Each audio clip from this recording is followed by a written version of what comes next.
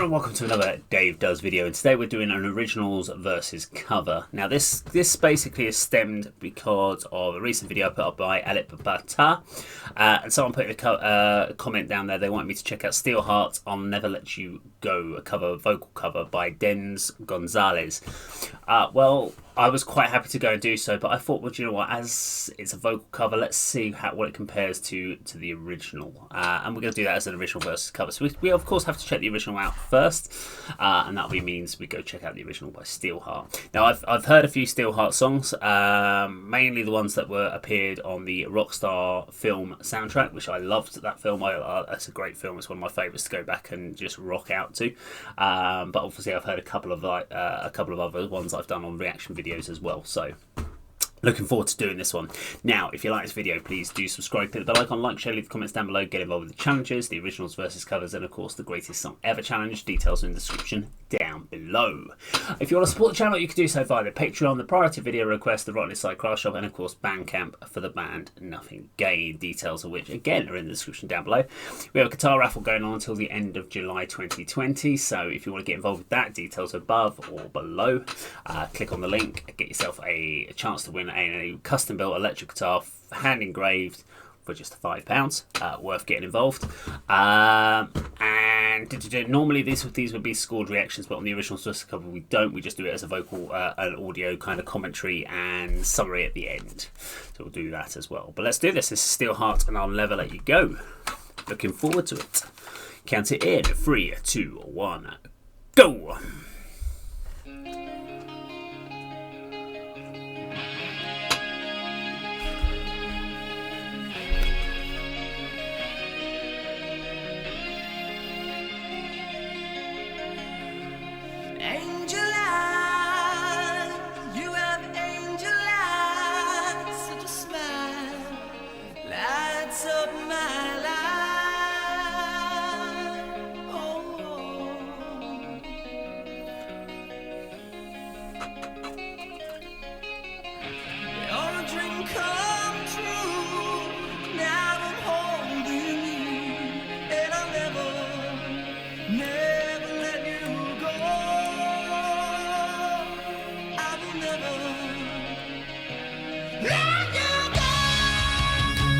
Definitely got a bit of a skid row to him.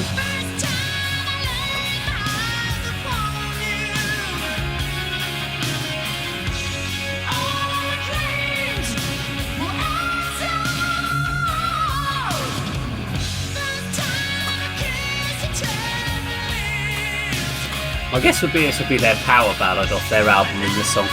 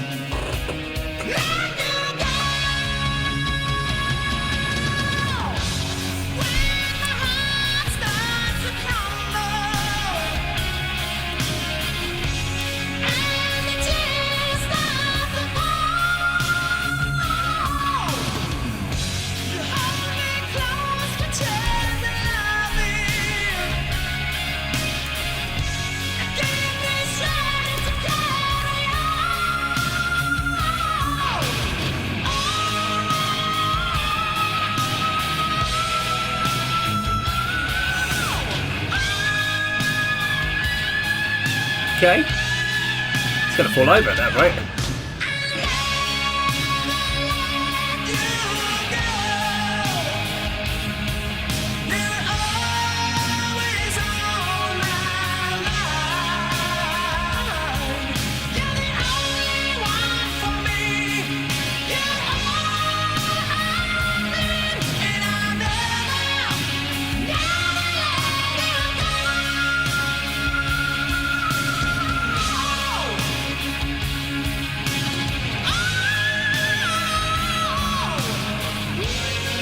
Should have done a live version of this to see how well he pulls out live.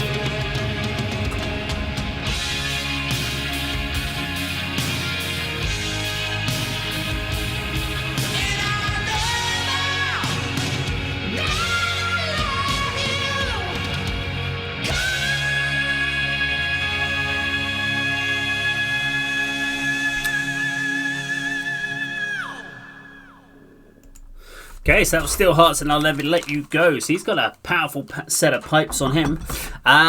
So yeah, late 80s, early 90s power ballad. I mean, if this was released in what, 1990, it feels like it's kind of on that tail end of those sort of the 87. I mean, we had all the things like the Motley Crues, the Skid Rows. So Skid Row were what, 80, 89? I think their first album came out. So yeah, we're in that kind of same ballpark of those sort of bands with the real high singing bands. But we had that from kind of like the mid to late 80s. With your Poisons, your Motley Crues, and all those type of bands that were kind of doing that real kind of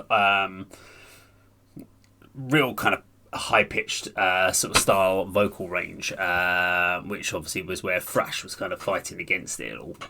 So we had a lot of that coming in from the mid to late 80s. What I quite liked about it is, obviously, yeah, from that point of view, because I will go and check the next one out, but I wanted to kind of cover off a little bit on this one, was from the actual, so if I look at the song in itself, great performance, great chord progressions, really nicely put together, very much of its time. You wouldn't have heard something like this produced anywhere past 95, 96. After then, I think you would never have got anyone releasing anything like this. It would have sounded too dated. So this is definitely a song of its time. I found the video really funny. I have to be funny. It was just such a weird thing. It's the weird random locations to go from a warehouse, and you went, okay, so the traditional performance in a warehouse, and then suddenly, okay, guy and a girl walking along a beach. It's like, okay. Then we have them in some sort of mountain range plane thing playing on there. I was waiting for the solo to come in and the guy to be on top of a mountain playing on the solo. I was saying, how many cliched video shots can you put together? But no, each shot didn't make any sense of why they were doing it in each of those locations. So sometimes I just find it a bit odd that did they get to the point going, do you know what, we can't just do it all in a warehouse. I know, let's go to this great Grand Canyon Plains and we'll just play it there as well. That'll be cool because it'll be really majestic and it'll be awesome. But I found that quite odd, and then obviously by a fire at the end. And the other one I loved was in the mountain range when you see the video shot that's going around. Just look at the drum kit the guy's using. He's got these two drums up here somewhere, off the rack mount, rounded down. So he's meant to go do do do do do do do. No one needs a drums up here. You can't get the impact of it. It's insane. As a drummer, I don't want two drums hanging above my head here. Cymbals, yes, because you go down on the cymbals. If you're hitting the drums and you're having to do this, no, you don't need it. It's a crazy 80s thing of over excess. You don't need it, but go back and watch that video. It's just weird. But let's go check out this cover then. So we're going to check out by Den Gonjalez and his cover. So this is just, I think this is just on his vocal cover, just him singing. I'll be intrigued to find out what this one's all about and how well he does. I mean, he's got some big shoes to fill pipe wise. Let's check out Den Gonjalez's version. 3, 2, 1, go. Weirdly, this is 30 seconds longer. So either there's more video clip or it's slightly slowed down to bring the pitch down slightly.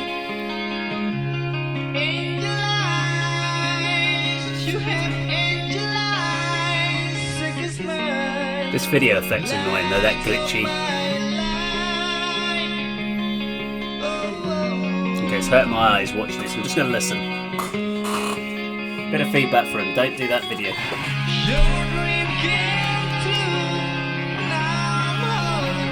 Okay, smoking's bad for your voice in the long run, mate.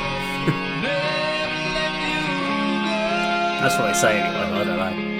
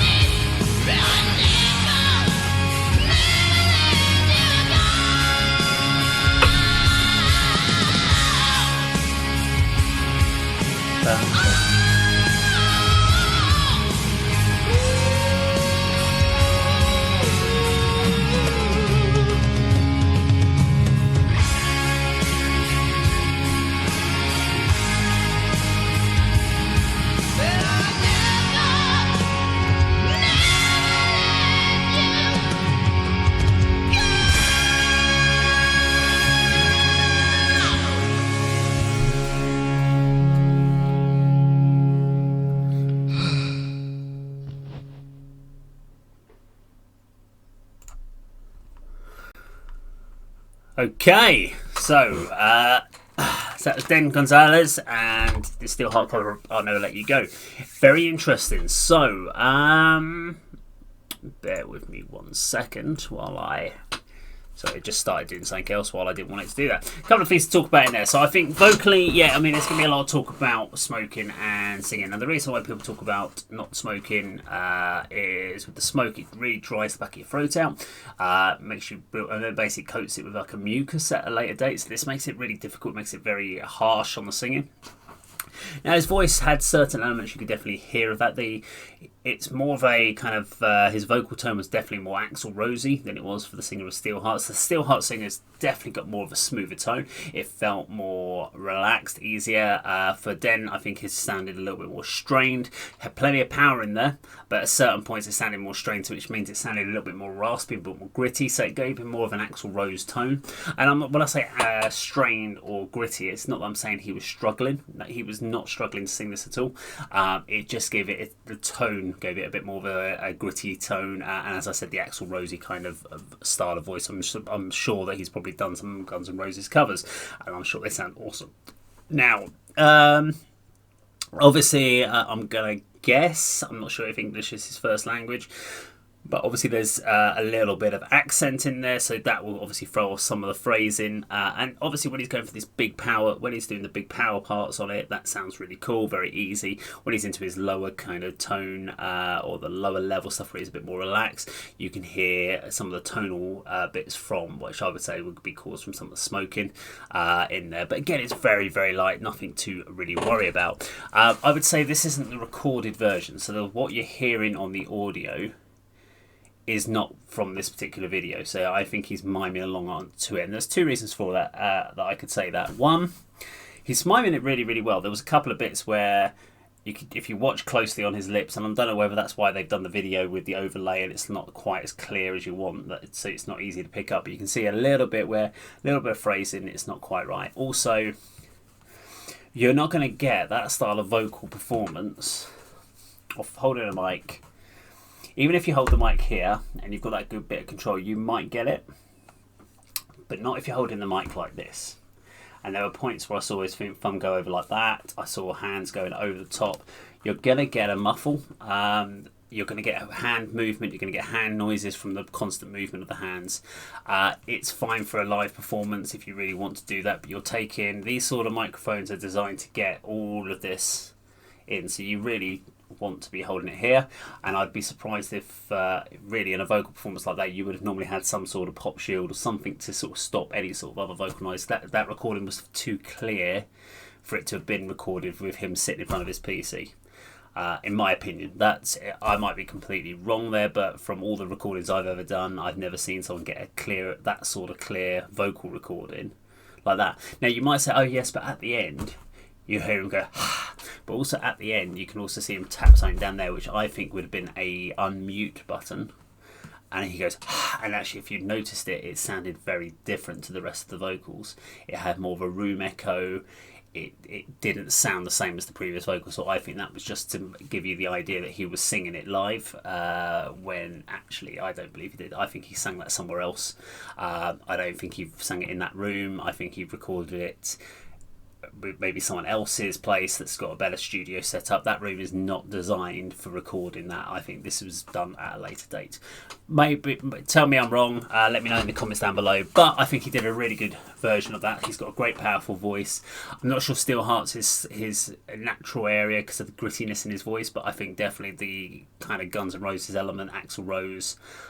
He's got a cool voice for that sort of style of thing, and definitely got plenty of power in there. But I don't know, let me know what you think in the comments down below. If you like this video, please do subscribe, click the bell icon, like, share, leave the comments down below, and that of course is how Dave does it.